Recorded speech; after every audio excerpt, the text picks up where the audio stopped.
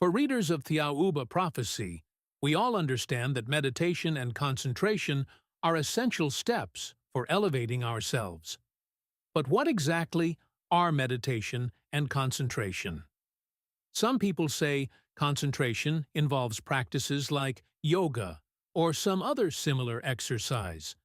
But that is not true. In the book, Thao clearly states, first, if you want to elevate yourself, you must meditate and then concentrate, which is different, although often the two are confused. You do not need to go to a special place, for the greatest and most beautiful temple of man is inside himself. There, he can enter into communication with his higher self by concentration, asking his higher self to help him surmount his earthly, material difficulties.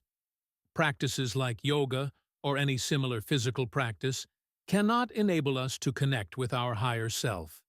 And this is easy to understand. In fact, concentration doesn't require any special physical exercises. Once we purify our mind and spirit through meditation, we can then concentrate on our thoughts. At that point, we are able to communicate with our higher self. This is also why meditation must come before concentration. I should also clarify that communication with the higher self does not involve hearing any external voices, as we do when speaking with others. This is easy to understand.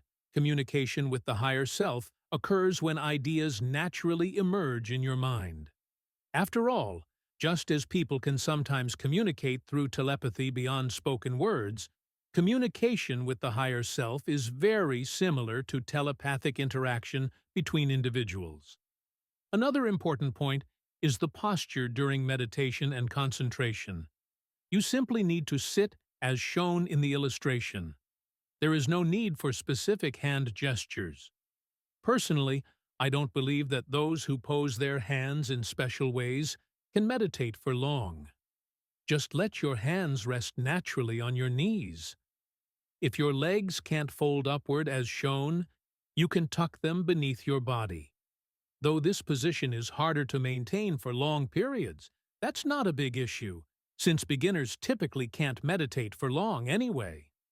If you'd like to eventually sit as shown in the illustration, you can start by practicing with one leg placed over the other and gradually build up from there.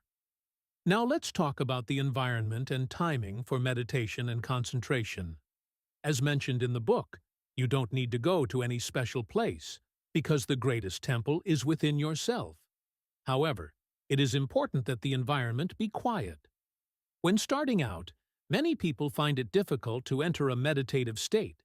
This is completely normal. Without meditation, there can be no concentration. So in the beginning, choose an appropriate time. Here, we're referring to the time of day. Think about when your mind is most at ease. For many people, this is right after waking up in the morning, making it an ideal time to practice meditation and concentration. Next, let's talk about meditation techniques. In fact, there are no special techniques. Just keep in mind that you don't need to focus deliberately on the rhythm of your breathing.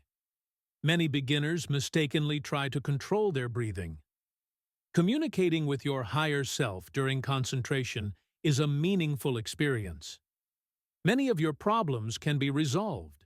Also, you don't need to deliberately force communication with your higher self.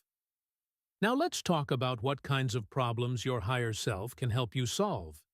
The book makes it very clear. Only answers that benefit your higher self will be given. So, if resolving your problems contributes to your spiritual growth, your higher self will provide you with the answer. Sometimes, material difficulties can hinder spiritual progress, so the higher self may also give you solutions to material problems. If you have further questions, feel free to send me an email.